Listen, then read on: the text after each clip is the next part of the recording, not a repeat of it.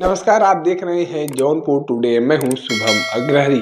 साथियों, जैसा आप सभी को पता है कि यह वह दौर चल रहा है जब दिल्ली में प्रदूषण की मात्रा बड़े ही लेवल पर बढ़ चुकी है।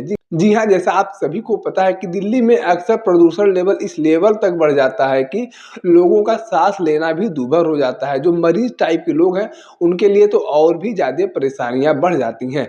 और ख़ास तौर से अगर दीपावली के बाद की सीजन की बात किया जाए तो इस टाइम पर प्रदूषण लेवल एकदम हाई लेवल पर पहुंच जाता है और कुछ ऐसा ही हाल इस समय दिल्ली का चल रहा है।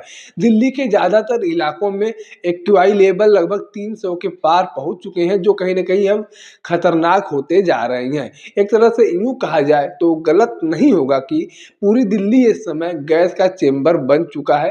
हालांकि प्रशासन शासन के द्वारा बड़े बड़े दावे तो किए जा रहे हैं, लेकिन उन दावे में किंचित मात्र भी सच्चाई नजर नहीं आ रही है।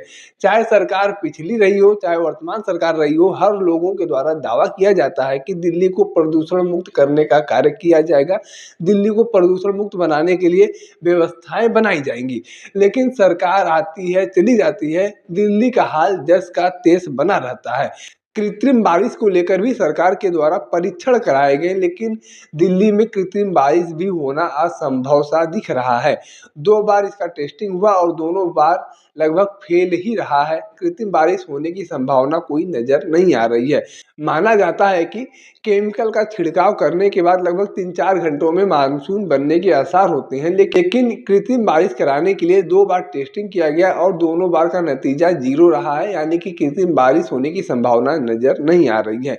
एक तरफ अरविंद केजरीवाल की सरकार थी, तब भी यही हाल था कि दिल्ली में प्रदूषण मुक्त होने की बात कही जा रही थी, लेकिन प्रदूषण मुक्त दिल्ली कभी नहीं हो पाया, उनके शासन में कभी नहीं हो पाया। और आज की सरकार, अगर भाजपा की बात किया जाए तो भारतीय जनता पार्टी के द्वारा भी दावा किया गया था चुनावी समय में कि हम दिल्ली को प्रदूषण मुक्त करेंगे, लेकिन दिल्ली को प्रदूषण मुक्त इनके द्वारा भी करने के लिए कोई जद्दोजहद नहीं किया जा रहा है, या यूं कहा जाए तो कोई ठोस प्रयास नहीं किया जा रहा है।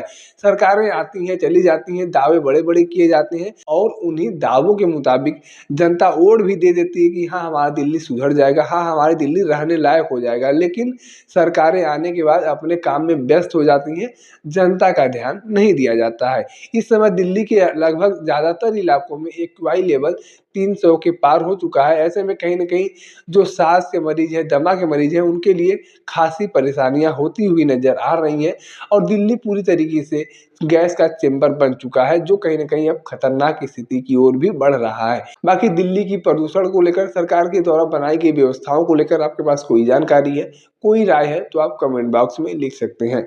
अगर आप वीडियो को फेसबुक पर देख रहे हैं तो पेज को फॉलो करें, यूट्यूब पर देख रहे हैं तो चैनल को सब्सक्राइब करना ना भूलें। साथ ही साथ आप हमारे पेज को, हमारे चैनल को इंस्टाग्राम और ट्विटर पर भी फॉलो कर सकते हैं। धन्यवाद।